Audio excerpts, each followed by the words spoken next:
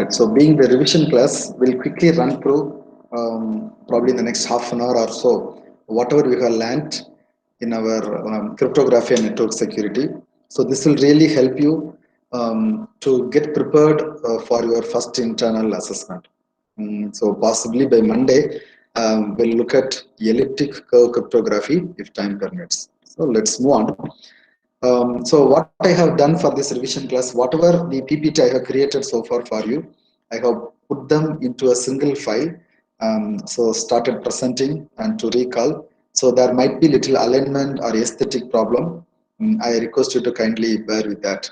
All right. So let's start talking about what kind of attacks are happening in the day-to-day life and also in the computer networks. So mainly we need to deal with the denial of service attack. We are not going to get into the technical details of how the denial of service attack is established and the countermeasures, but rather we are going to see what it is, right? So that's the simple thing which we are going to do. So in the denial of service attack, where a legitimate user is prevented from accessing the resources where he is authorized to do so. For instance, you are eligible to access your edserv.carmel.edu, your edserv account. Even if you give the correct username and password, if you are not even able to see your home page, or you are not able to log in into your online.carmel.edu, could be it's a denial of service attack because you are the authorized person to access the resource, but you are denied. Moving on, we have got masquerade, where it's like cheating. Okay, this is the attack against the authentication. So we have got three people on screen: Bob, Alice, the legitimate users, and Darth is the so-called attacker here. So what happens? Bob and Alice are thinking that they are conversing, but in fact they are conversing with the third person. Okay, so perfect example of man in the middle attack. All right, so this is what man in the middle attack we have just saw. We just saw one graphics on the previous screen. So snooping um, is similar to the traffic analysis. You are reading somebody's message without their knowledge. It's coming under passive attack. This is not an active attack because the user does not know that something has happened, and he's not going to intercept with the actual message. You could see on the screen, you could see a girl on the right hand side wearing blue color dress, and she is looking at the message. So there is no interruption between her and the message. She is continuously reading, but there is a traffic analysis, there is a snooping happening, right? So kind of passive attack. And then this is what the traffic analysis, that is what, see, look at this. Darth is sitting, Bob and Alice are conversing or communicating, whereas Darth is reading the contents. He doesn't do anything else. Okay? He doesn't tamper the message, but he just reads and understands what's happening. He may use it for establishing further attacks. Moving on, repudiation is claiming as if you are not the person. I have told this multiple times. I have sent an email to you. Um, After sending the email to you, you are supposed to have a mechanism to prove that I have sent an email to you. I cannot deny that. Similarly, after I have sent the email to you, received by you, I should have a mechanism that you have received my email. You should not deny that, no, I never saw your message. Right? So this is called non-repudiation is the name of the service. Repudiation comes under attack. Okay. So phishing attack, though it's not a part of our discussion, is a very famous one. And I have requested you guys to um, prepare a document on the phishing attack and upload or present. So far, we haven't followed that up. We'll take it up after the first internal. Right. So, what's the cyber security all about? A little bit of theory here. The protection offered by a system. All right, it could be automated. Here it says automated information system. It could be a manual system, but it should be a system to maintain. There are three things. All right, integrity, availability, confidentiality. You can think of IAC. All right, integrity, availability, confidentiality. You know what is an integrity? When a message is sent from one place to another place, it is not to be tampered. If I say tomorrow will be a holiday, it should not be tampered and changed as tomorrow will be a working day. Okay? So integrity, whatever is sent is received. The third one is confidentiality, where whatever I have sent to you is not known to the third person. Okay, person A sends a message to B, whereas only B knows what I have sent. Only B and A, for that matter, knows. Excuse me, sir. Yes. So my friend is waiting out. Can you please accept her?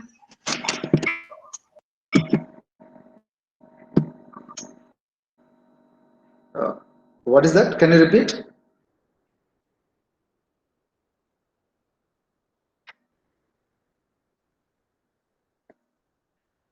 Hello, can you repeat what you have said?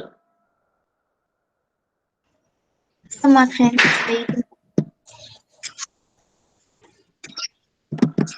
Uh, okay, Angeline, but no one is here. Could you see on my Gmeet screen? Yes, sir. Yeah, so no pending request on my screen. Okay. So confidentiality helps you, or it ensures that the sender and the receiver only know what is exchanged, not the third person. The second one is the availability, where this is something against the denial of service attack. So whatever the authorized person or legitimate user can access, he must be granted the provision. All right. So these are the three things. Don't be confused with anything else. Non-repudiation is not coming under these three terms. IAC. Please remember IAC: integrity, availability, and confidentiality. All right. Yeah, something more about integrity. I have spoken about this integrity, availability, confidentiality. So I skip these slides comfortably, this theory portion. Yeah, so what kind of this integrity and availability, confidentiality, these three expectations, how are they um, going to help in multiple areas, in hardware or software or data or networks? Okay, so the examples are also given here. Okay, equipment is stolen or disabled, it's attack on availability. Whereas software programs are deleted, it's no more available. Files are deleted, messages are destroyed. All right, so you should clearly understand what they exactly mean. All right, moving on. What are the security services? These are the five things we should remember: authentication, access control, data confidentiality, data integrity, non-repudiation. In simple, authentication, access control, confidentiality, integrity, non-repudiation. Right? Um, we, so I don't have the slides for that. So what is authentication? Authentication is the service which helps a person to authorize himself, to authenticate himself to a system. A simple example is the password. All right. So the system should know, or you should know, that you are talking to the authenticator, the correct person. That is called authentication. Access control. Well, the data, any data which is available cannot be shared with everyone else as it is. There should be some control mechanism that who can access what. All right, so being a student, you may not be able to directly access or change or edit the controller of examination server, whereas they have all this access. So similarly, I can change your mark, but not my colleague. All right, I can change the mark of yourself in my subject, no one else, like that. So this is called, these are all access control. Then comes the confidentiality. I have spoken about confidentiality. Integrity, that it is not tampered, whatever is sent is received. Non-repudiation is the mechanism or is the service where you can prove that you have always sent the message, he has also received it. Okay. Quickly, these are the security mechanisms. The earlier was security services, here it is mechanisms. Encipherment is the cryptography, then digital signature, then access control protocols. Remember, these three are the security mechanisms, but predominant are the two. One is the cryptographic algorithm for confidentiality. Second is digital signature for authentication. Okay. Let's get into the symmetric cipher model. Before going into that, we have some words to remember. An original message is termed as plain text. A coded message is ciphertext. All right. Then plain text to ciphertext conversion is encryption. The reverse of it, the restoring of the plain text, is the decryption. Deciphering a message without a knowledge of whatever have been used as the key or algorithm, then it's going to be cryptanalysis.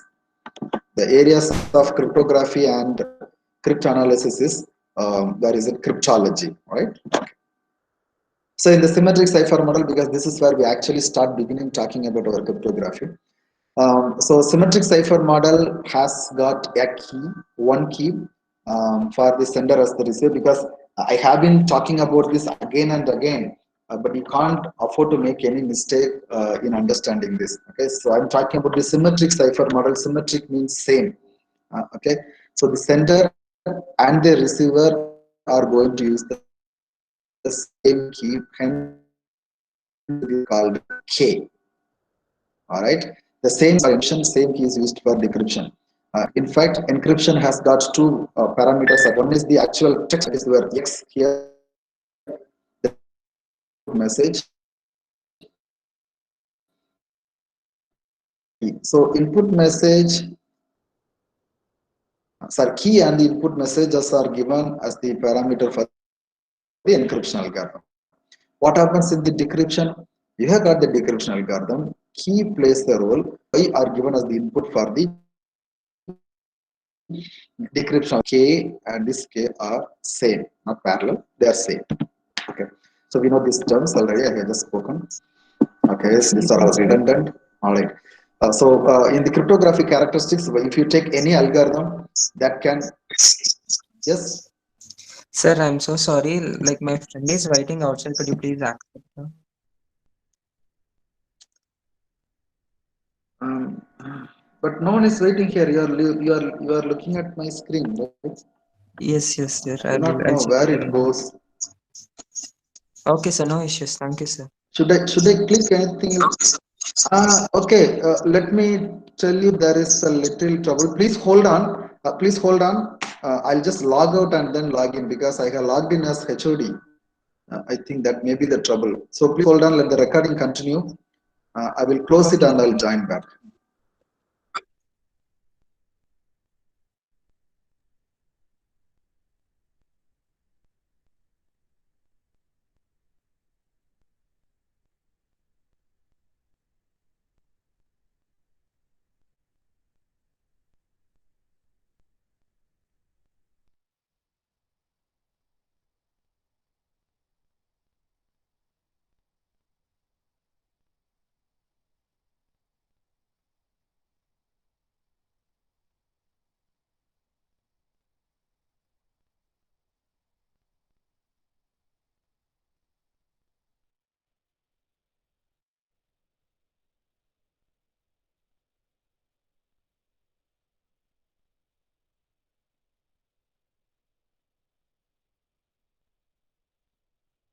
Yeah, I have just accepted Aditya.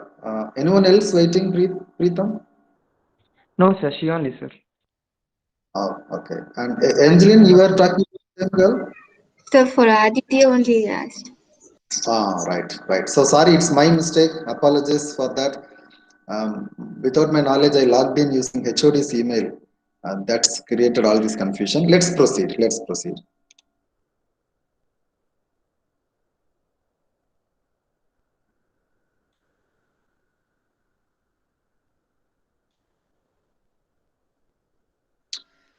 Yeah, I'm sure my screen is visible to you.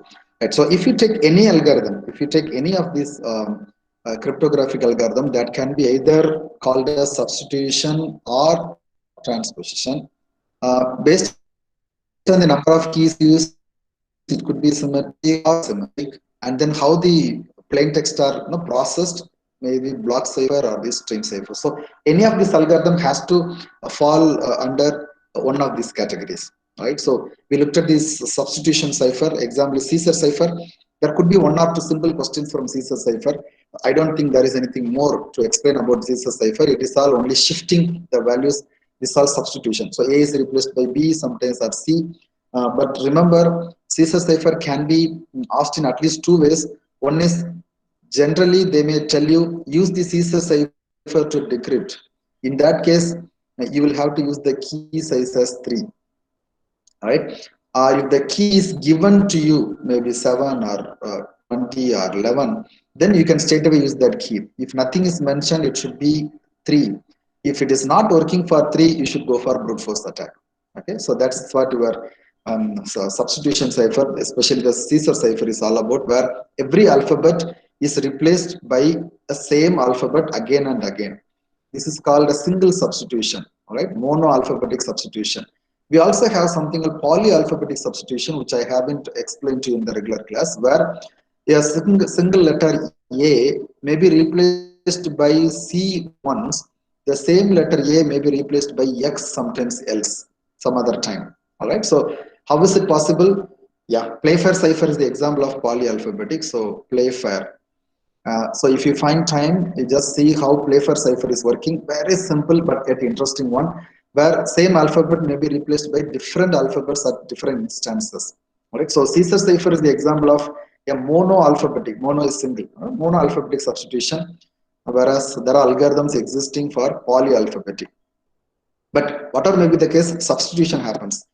The other one is the transformation or transposition, okay, or in other words, permutation.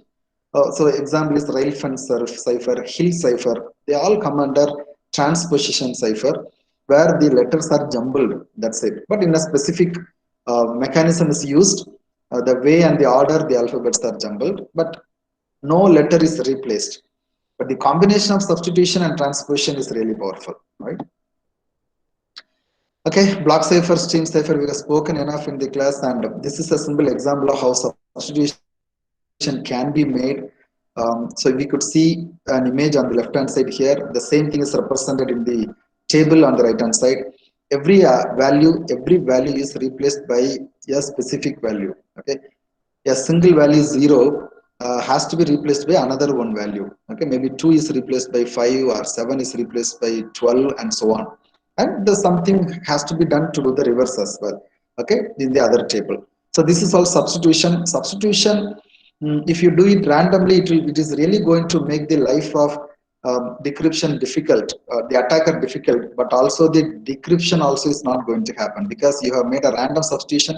If you make a random substitution of every value, you should have a notebook like this. You should have a table like this, which means every value, no standard way is used for substitution. 0 is replaced by, you look at this, 0 is replaced by 14, 1 is replaced by 4, 2 is replaced by, where is it? 2 is replaced by 13, again 4 is replaced by 2, 5 is replaced by 15, some number, right? 14, 13, 15, 2, 3, it's going to be random, right? So for that case, you should maintain a table like this, but this is not practically possible when you have your block size becoming too much bigger one. Okay, you can ask a question, then I'll go for a smaller block size, then the encryption itself is going to take a lot of time. Okay, so we have to go for a bigger block size, moderately or reasonably bigger block size. But on the other hand, you cannot have a table like this. Okay, so this is not going to be scalable. That's the reason we are having some mechanisms like Feastel, or some people, yeah, he comes into existence. Feastel structure, they have a standard way of making the diffusion and confusion. So these are the words which I'm introducing, and probably we are recalling: permutation, substitution, transposition, diffusion, confusion. But you should know what these words are. Okay, so in the Feastel cipher, the points to remember are your plain text is divided into 2 blocks, probably left hand side one, right hand side one. They go through under various transformation in the round function. Okay, so key is supplied at every round. K1 is not going to be K2. Similarly, it's not equal to K3 and so on. So n rounds require n keys. Okay, they are all called as the round key. You can use this word, round key.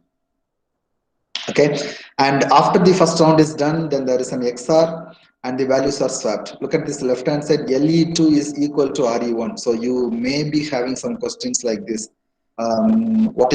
Which of the following is equal to this one and that one? But if you know the Feastel cipher structure, you can, or you may have to do the malpractice in the examination, which I totally reject. Okay, and then at the end there is a swapping again. I'll keep it here. Why should I have this screen? Okay, at the end there should be a swap. Okay, so what happens on the decryption side? Same thing is happening. Okay, key right in the reverse order. Then there is a swap before you get the plain text. So all you need to remember is there is some round function. You need not define it in the Feastel structure because it is only a structure. It's not the algorithm, but it's a feastal structure. For instance, DES, data encryption standard, uses the feastal structure, okay, the format. So round function is defined separately for data encryption standard, but it gets the key, and then the output is the exact. This all standard, you cannot change it. The left hand side all LE2. So if you want me to write what is RE2, probably you should say it is LE1 XR with a round function. I can say F, it uses K1 and then RE1. Simple formula, right? And then if you ask like this, I can write the formula for every of the data at any of these rounds. Okay, how these values are going to come out. All right, so this is what your feastal structure all about.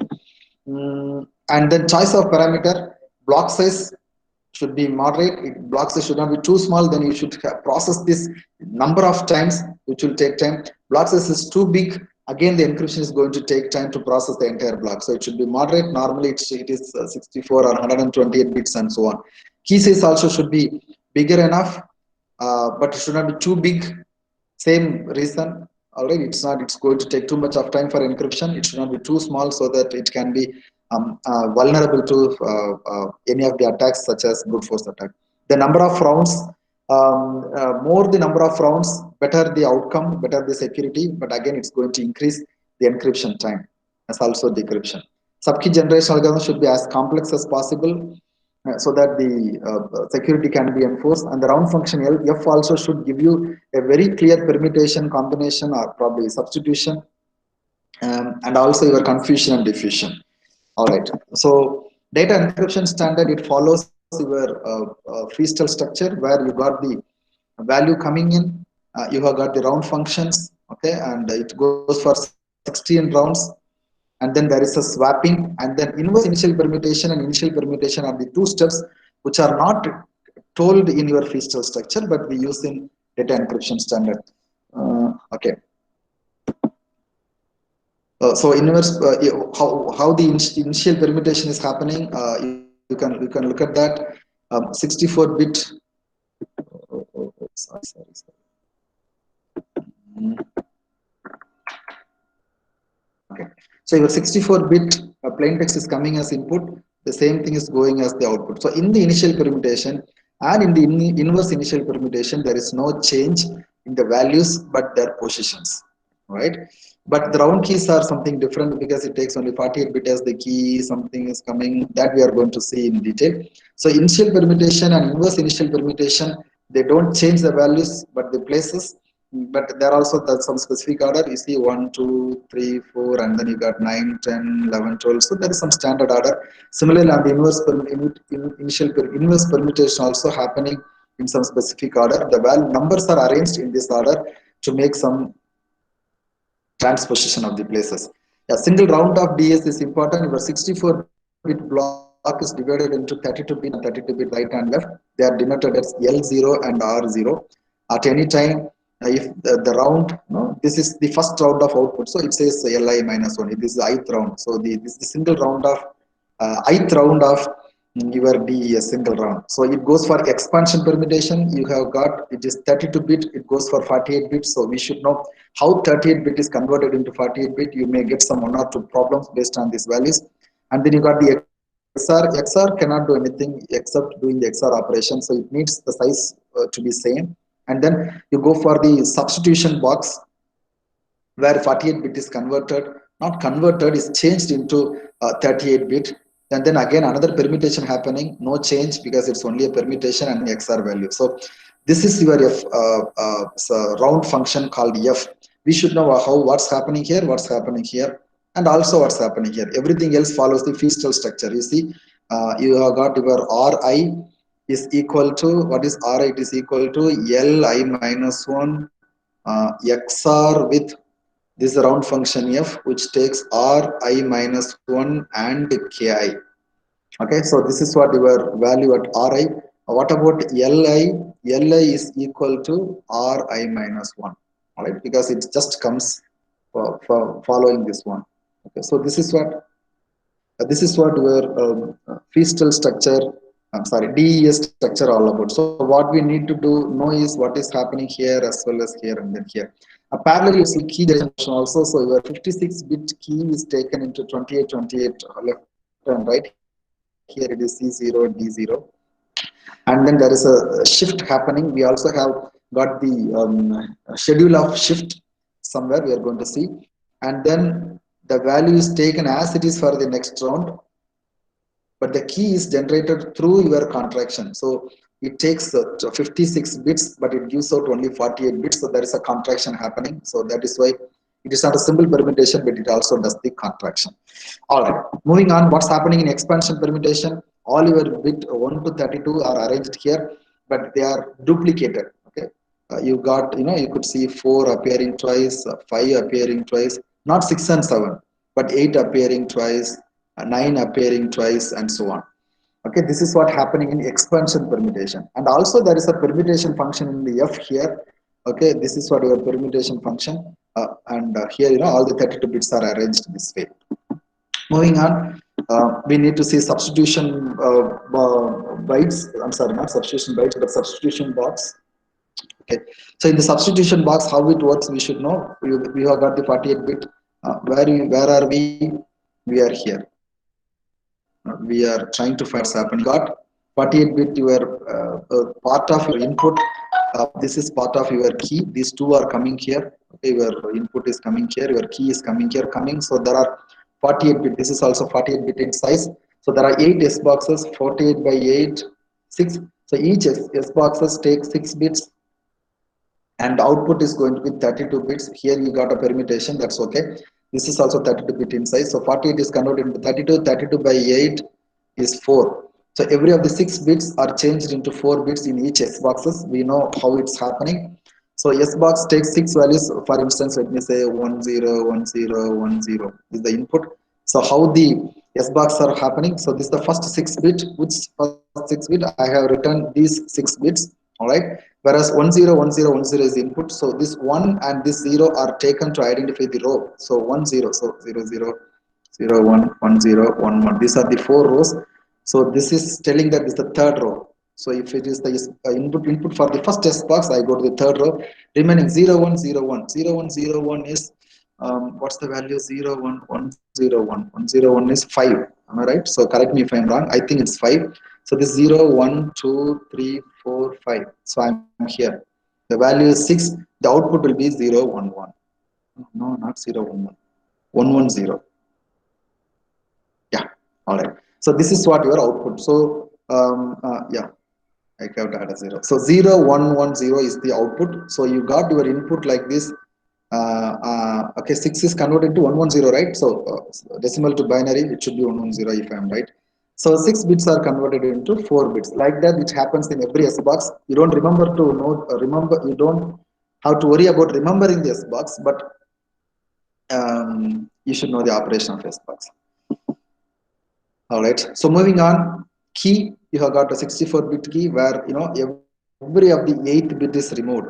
Okay, they are thrown away. You got only the remaining. So that's why we have got only 56 bits as the key size. I'm sorry.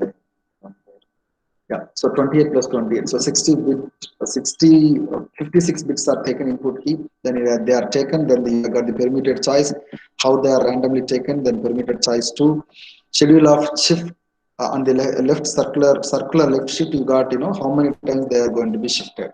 This is what happening in your DS. So strength of DS, the use of 56 bit is really huge.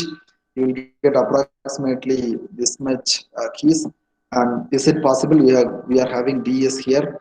If you take the key size, number of alternative keys are here. The time required is almost 1 year or 1.125. Okay, more than a year. Um, but if you go for a very strong processor having 10 raised to 13 decryption per second, you can do it in 1 hour. You also could see what happens with DES, triple DES, AES, triple DES, and so on. It takes years together for decryption. So nature of algorithm, very simple. DES has not been broken, so algorithm is really interesting. But the S box is the very key element of your DES. Though the design of S box, how the S box are designed were not revealed.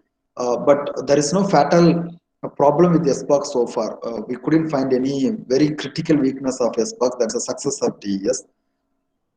And the timing attack, it is appearing to be fairly resistant to timing attack, which means every of the encryption algorithm and every of the input takes some different amount of time for encryption decryption. Based on that, analysis is carried out to find out what could be the possible part of the plain text. But DES could withstand that attack as well. Then comes the advanced encryption standard. You have to remove the idea of DES here, but because AES is not your following the Feastel, but it is iterative. It also follows the different key size 128, 192, 256. You put the table here. Where is it? Yes, 128, 192, 256. So these are the different key sizes used by your AES. All right, but the data is 128 bit data, so this is a block cipher. Okay, but here we use the word called processes data as a block of 4 columns of 4 bytes. Okay, so there are 16 values, each of 8 bytes. 128. Okay, it operates on entire block. It is not dividing into 2. No, that's not happening in AES. Operates on entire block. Simple representation. You got your 128 bit. That representing the state. You go for the initial transformation. You got the round key. Then round 1, round 2, up to some n number of rounds. And there are round transformations happening. This is something similar to your round function of DES, but this is not DES. We also are having the key schedule here. Key is expanded and it is given in each of these rounds. So this is what AES structure. There are 4 things except one of these states where mixed columns is missing. So byte substitution, shift rows, mixed columns, add round key. What is happening in byte substitution? Yeah, before that you see every of the round has got substitution, byte, shift rows, mixed column, add round. But here you got substitution, byte, shift rows, mixed column is missing in this case of the last round, the 10th round. Okay.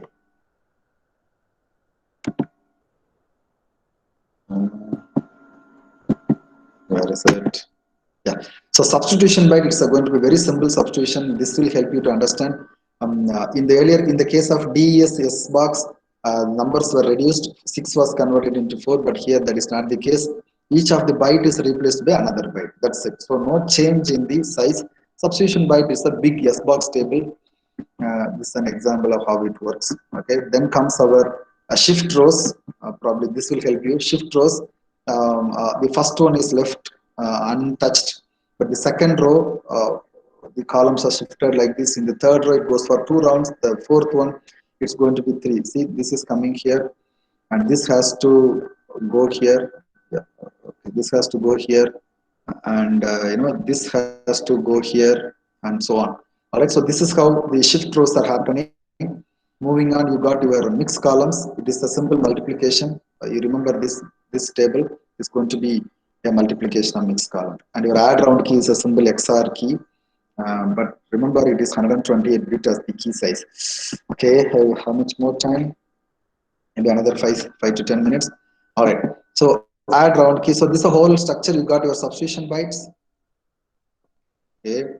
Shift rows, mixed columns, add round key. Don't forget. All right.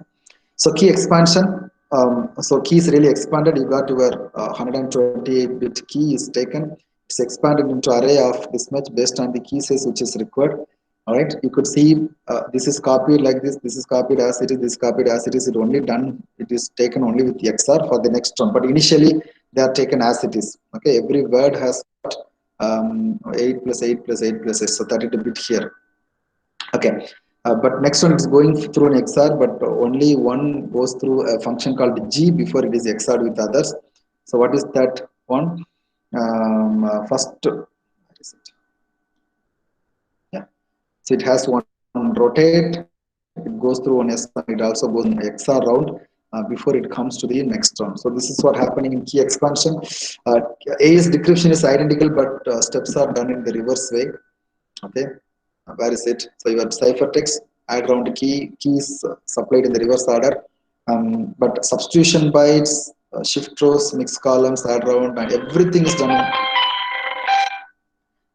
done in the reverse order. All right. Quick. Okay, we talk about the public key crypto system. It uses two keys. This is the predominant change from your symmetric key encryption, where this is asymmetric. Okay, it complements rather than replaces the public key crypto system. So it uses two key is the takeaway from this slide. Okay, so why should we have public key cryptography? In major areas, it uses two things. What happens?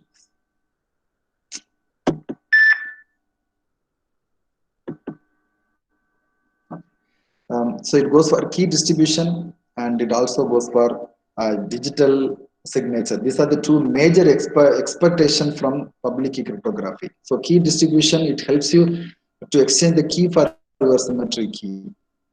Okay, for example, your AES or DES. It uses this one for exchange of key, and then it also helps you to go for the digital signature, which you're going to see probably later time.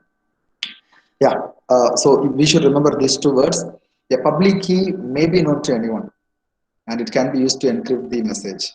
But a related private key knows only to the recipient. It's not that recipient, it knows only to the person who is having the key, which means private key should be as secure as possible. It should be with you. Public key can be told to the other person. And the other expectation, the success story of public key crypto system depends on this statement. It is infeasible. It's not impossible. It is infeasible to determine the private key from public key. So if I have got the public key, doesn't mean that I can deduce in a quick time, in the reasonable amount of time, I can get the private key.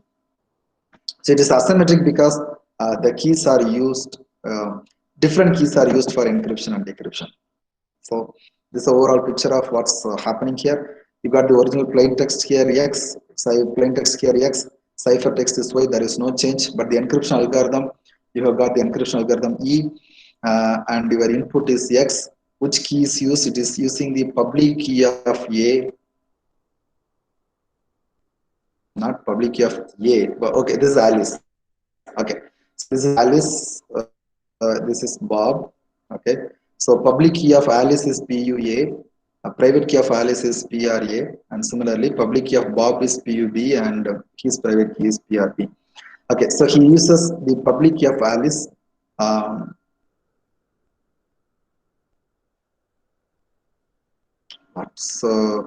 What's happening here, sir? Who is Alice? Oh, Alice is here. Yes. So public key of Alice is used for encryption. So only the private key of Alice, that is PRA, can be used for decryption. That's what happened here with Alice. Okay, Alice, the bombs are no, they have exchanged their place. That's the confusion. All right. Okay, this is all available to you. But very importantly, I'm sorry for this poor graphics here. Very importantly, public key crypto system differs in a very critical place that it supports your authentication. I'll explain to you how it works. If you could see the screen, yeah, I know this is blurred a little. It's my mistake. Okay, you got your plain text X coming to encryption algorithm. What he is doing, he is using, okay, this is person A.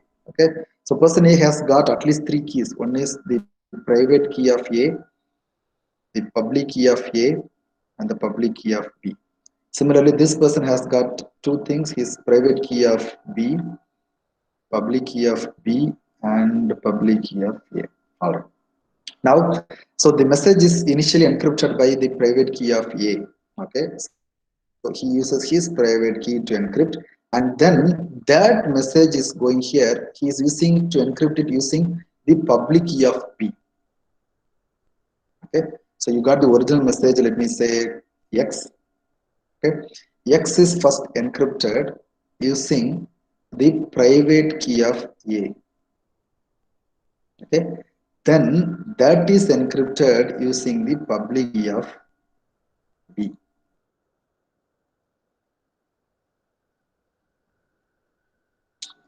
Okay. Okay. So what's happening? This message, okay, this is Y, for instance. This message is given to the other side. Okay. So what he supposedly he has to do everything in the reverse way, but you should remember the stack. What has gone first can come only the last. Okay, first in, first out. So this was done first. This was done second. So this has to be removed first, and then this has to be removed first, or removed second. You can think of this logic. You have a message. You put it in the envelope. You stick it. You close it, and then you put that envelope and the letter together into another envelope and you paste it, which has to be opened. Whatever you have used second, no, the second envelope has to be opened first and then the inner one. Similarly, what has happened recently is this encryption. So the corresponding decryption has to happen. So what is the corresponding decryption? Corresponding decryption is public key of B is used, so he has to use his private key for decryption. Only he can decrypt it, so this goes for confidentiality. Okay, nobody else can get this, nobody else can get except this person receiver. Okay, after that he knows that this is encrypted using the private key of A, so he has to use the public key of A for decryption. This gives you the proof that it is coming from the person called A, because only his public key could decrypt it. Okay, so it supports authentication as well as secrecy together. Based on which key you are using, that will give you either authentication or secrecy. Suppose you want to go only for authentication, use the public key of the receiver so that he can use his private key to decrypt it. Okay. If you want to go for authentication, use your private key to encrypt so that he can use your public key to decrypt for authentication. All other two keys are invalid for usage. Okay. So this I have spoken. And the requirement of public key, yeah, public key crypto system requirement. Okay, please bear with me if I overshot the time today. Hope you will not curse me if I take another 2-3 minutes. Okay, so it should be computationally easy for anyone to generate the public key private key pair. We have learned RS algorithm where we found it easy. We know the steps. Take these values,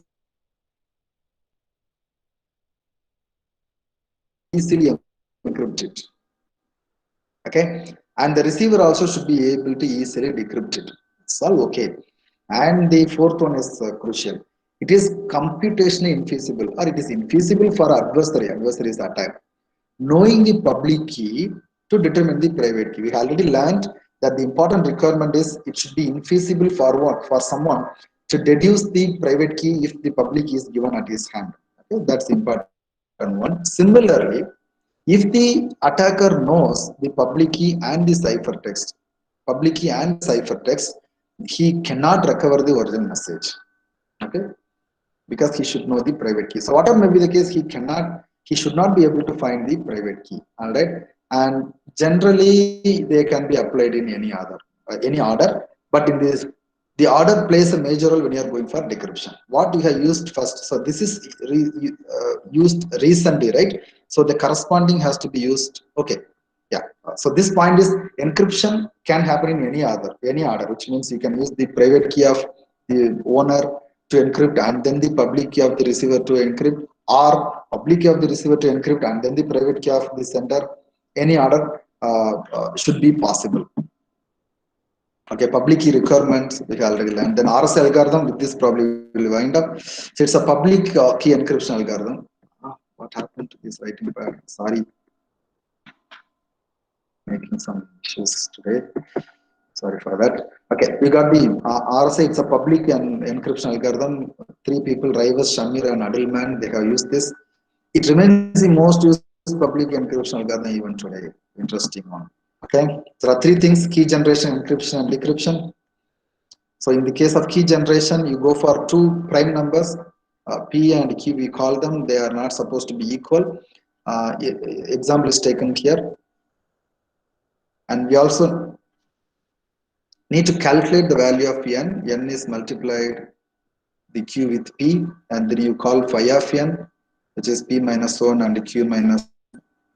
Okay, some simple calculations known to you. Then comes, we have to select an integer called e. Okay. Okay, I give up using this stylus. Yeah, it's coming back. Okay, so I got to go for I had to find the value of e such that the greatest common GCD of phi of n and e should be 1, or in other words, phi of n and e should be relatively prime. Okay, it also should be less than pi of n. These all are the constants you should remember. You may have you can expect questions from this in the internal examinations. Then we are calculating the d, which means 1 dE is equal to 1 mod pi of n. That's the formula. Or d is equal to E inverse. It's a multiplicative inverse mod pi of n. It's not mod n, it is mod pi of n, please remember. And we know how to calculate, I have explained this. Now the combination of these values forming the public and private key. Now the encryption decryptions are very easy. Encryption is take the original message, raise the power to the value given and then take the mod n. Decryption, whereas take the ciphertext, raise to the power of the key and then calculate mod n, you will have the decryption key. So this is what happening in your encryption and decryption. So what are the requirements of RSA? It is possible to find the value of E, D, and N such that this formula, we know that M power ED mod N. Relatively easy to calculate this one, which means encryption and decryption process should be easy if you know the key. And it is infeasible to determine D if E and N are given. Okay, you cannot determine in the reverse way. Okay, these are all the requirements of RSA. So general depiction of how RSA is working, this is what we have learned so far. Yeah, security of RSA is not part of our syllabus, so I stop my session here.